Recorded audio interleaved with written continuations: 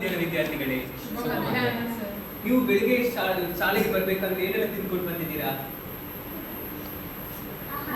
ಅನ್ನ ಸಾಂಬಾರು. ಗಗನ ಏನ್ ತಿನ್ಕೊಂಡು ಬಂದಿದ್ದೆ? ಚಪಾತಿ. ಸಹನ ದೋಸೆ. ಪಲ್ಲವಿ ಪುಳಿಯೋಗರೆ. ಇವಾಗ ನೀವು ಪುಳಿಯೋಗರೆ ತಿನ್ಕೊಂಡು ಬಂದಿದ್ದೀರಾ, ದೋಸೆ ತಿನ್ಕೊಂಡು ಬಂದಿದ್ದೀರಾ, ಚಪಾತಿ ತಿನ್ಕೊಂಡು ಬಂದಿದ್ದೀರಾ, ಅನ್ನ ಸಾಂಬಾರು ತಿನ್ಕೊಂಡು ಬಂದಿದ್ದೀರಾ ಅಲ್ವಾ? ಅದಕ್ಕೆ ಮುಖ್ಯ ಕಾರಣ ಏನು? ಅದನ್ನು ಹೇಗೆ ಮಾಡಿದ್ರು? ಮೂಲ ಯಾವ್ದು ಹೇಳ್ಬೋದಾ? ಕೃಷಿ. ಇವಾಗ ಕೃಷಿ ಮಾಡ್ಬೇಕಂದ್ರೆ ಯಾವ ರೀತಿ ಕೃಷಿ ಮಾಡ್ತಾರೆ? ಯಾವ ರೀತಿ ಕೃಷಿ ಮಾಡ್ತಾರೆ? ವ್ಯವಸಾಯದ ಮೂಲಕ ಕೃಷಿ ಮಾಡ್ತಾರೆ ಅಲ್ವಾ?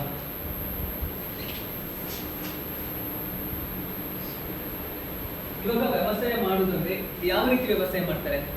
ಭೂಮಿಯನ್ನು ಉಳುಮೆ ಮಾಡಿ ಬಿತ್ತನೆ ಮಾಡುವುದು. ಭೂಮಿಯನ್ನು ಉಳುಮೆ ಮಾಡಿ ಬೆಳೆ ಬೆಳೆಯುವುದನ್ನು ವ್ಯವಸಾಯ ಅಂತ ಹೇಳಿ ಹೇಳುತ್ತೇವೆ.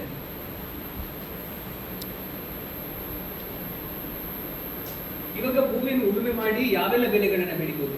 ಭತ್ತ, ರಾಗಿ, ಜೋಳ, ಕಬ್ಬು, ಎಳ್ಳು. ಭತ್ತ, ರಾಗಿ, ಜೋಳ,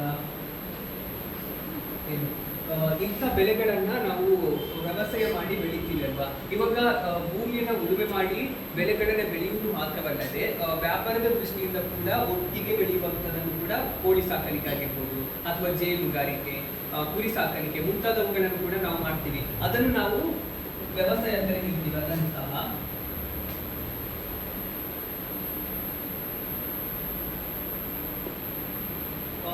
ಹೀಗೆ ಭೂಮಿಯನ್ನು ಉಳುಮೆ ಮಾಡಿ ನಾವು ಬೆಳೆ ಬೆಳಿತೀವಲ್ಲ, ಇಂತಹ ಉಳುಮೆಯಲ್ಲಿ ಅಥವಾ ವ್ಯವಸಾಯದಲ್ಲಿ ಎಷ್ಟು ವಿಧದ ವ್ಯವಸಾಯ ಇದೆ ಅಂತ ಹೇಳ್ಬೋದು?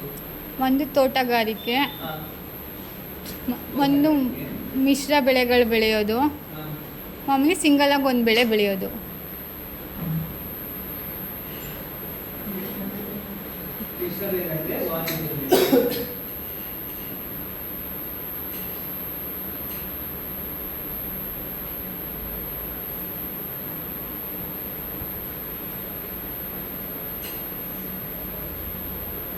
ಇವಾಗ ವ್ಯವಸಾಯದಲ್ಲಿ ಮುಖ್ಯವಾಗಿ ತುಂಬಾ ವಿಧಗಳು ಬರ್ತದೆ. ಅದರಲ್ಲಿ ಮುಖ್ಯವಾಗಿ 2 ವಿಧ ತಗೊಳ್ಳುವ. ಇವಾಗ ನೀರಾವರಿ ಬೆಳೆಗಳು ಯಾವುದೆಲ್ಲ ಅಂತ ಹೇಳ್ಬೋದಾ?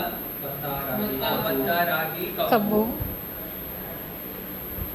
ನೀರಾವರಿ ಬೆಳೆ ಅಂತ ಹೇಳಿದ್ರೆ ಅದಕ್ಕೆ ಜಾಸ್ತಿ ನೀರಿನ ಅಂಶ ಬೇಕಾಗಿರ್ತದೆ. ಇವಾಗ ಭತ್ತ ಬೆಳಿಬೇಕಂದ್ರೆ ಅದರ ಬುಡದಲ್ಲಿ ನೀರು ನಿಂತ್ಕೊಂಡೇ ಇರಬೇಕಾಗುತ್ತೆ. ಕಬ್ಬು ಬೆಳಿಬೇಕಂದ್ರೆ ಕೂಡ ಅಷ್ಟೇ, ಅದಕ್ಕೆ ನೀರು ಹೆಚ್ಚಿನ ಪ್ರಮಾಣದಲ್ಲಿ ಬೇಕಾಗುತ್ತೆ. ಇಂತಹ ಬೆಳೆಗಳನ್ನ ನೀರಾವರಿ ಬೆಳೆಗಳು ಅಂತ ಹೇಳಿ ಕರಿತೀವಿ.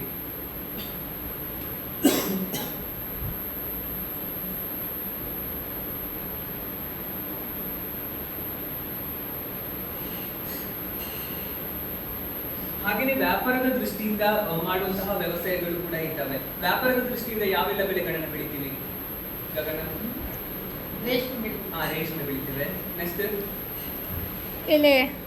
ವೀಳ್ಯದೆಲೆ ತೋಟದಲ್ಲಿ ಅಡಿಕೆ. ಇಂತಹ ಬೆಳೆಗಳನ್ನ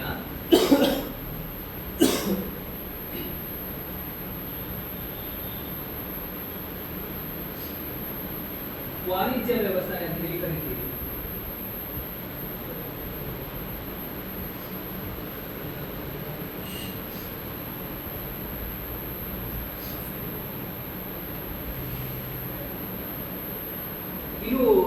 ಇವಾಗ ನಾವು ಅಡಿಕೆ ಬೆಳಿತೀವಿ, ಅದರ ಜೊತೆಗೆ ಕಬ್ಬು ಬೆಳಿತೀವಿ ಅಥವಾ ತೆಂಗಿನಕಾಯಿ ಬೆಳಿತೀವಿ. ಇಂತಹ ಬೆಳೆಗಳನ್ನ ಏನಂತ ಹೇಳ್ಬೋದು? ಮಿಶ್ರ ಬೆಳೆಗಳನ್ನ ಬೆಳಿತೀವಲ್ವಾ?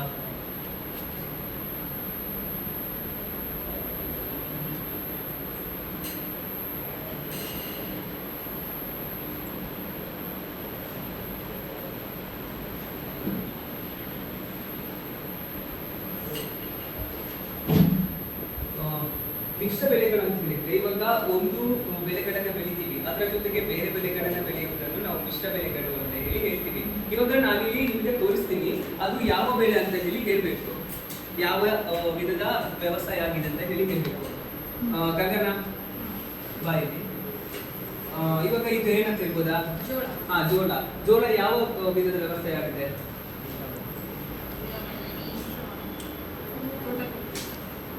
ನೀರಾವರಿ ಕಡೆ.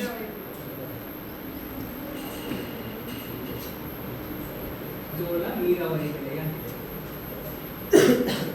ನೀರಾವರಿ ವ್ಯವಸಾಯ.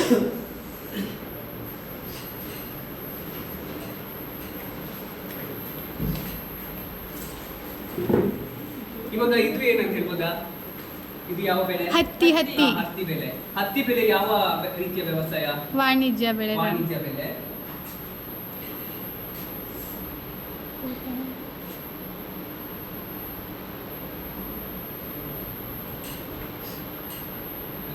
ಇದು ವಾಣಿಜ್ಯ ಬೆಳೆ ಆಗಿದೆ. ಇದಕ್ಕೆ ಹೆಚ್ಚಿನ ನೀರಿನ ಅಂಶ ಬೇಕಾಗಿರುವುದಿಲ್ಲ, ಕಡಿಮೆ ನೀರಿದ್ದು ಕೂಡ ಹತ್ತಿ ಬೆಳೆಯುತ್ತದೆ.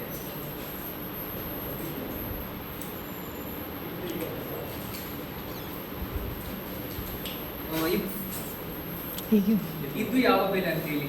ಭತ್ತ. ಇದಕ್ಕೆ ಯಾವ ರೀತಿಯ ವಿಧದ ಬೆಳೆ ಅಂತ ಹೇಳಿ? ನೀರಾವರಿ ಬೆಳೆ. ನೀರಾವರಿ ವ್ಯವಸಾಯ. ಹಾಗೆಯೇ ವಾಣಿಜ್ಯ ಬೆಳೆ ಕೂಡ ಆಗಿರ್ತದೆ ಭತ್ತ.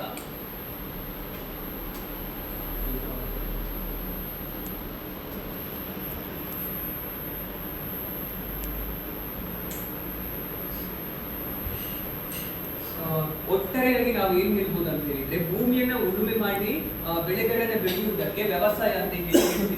ಒಟ್ಟು ವ್ಯವಸಾಯದಲ್ಲಿ ತುಂಬಾ ವಿಧ, ತೋಟಗಾರಿಕಾ ವ್ಯವಸಾಯ ಆಗಿರ್ಬೋದು, ನೀರಾವರಿ ವ್ಯವಸಾಯ, ಮಿಶ್ರ ವ್ಯವಸಾಯ, ವಾಣಿಜ್ಯ ವ್ಯವಸಾಯ ಇತ್ಯಾದಿ ವಿಧಗಳಿದ್ದಾವೆ. ಇದನ್ನು ನಾವು ವ್ಯವಸಾಯ ಅಂತ ಹೇಳಿ ಕರಿತೀವಿ.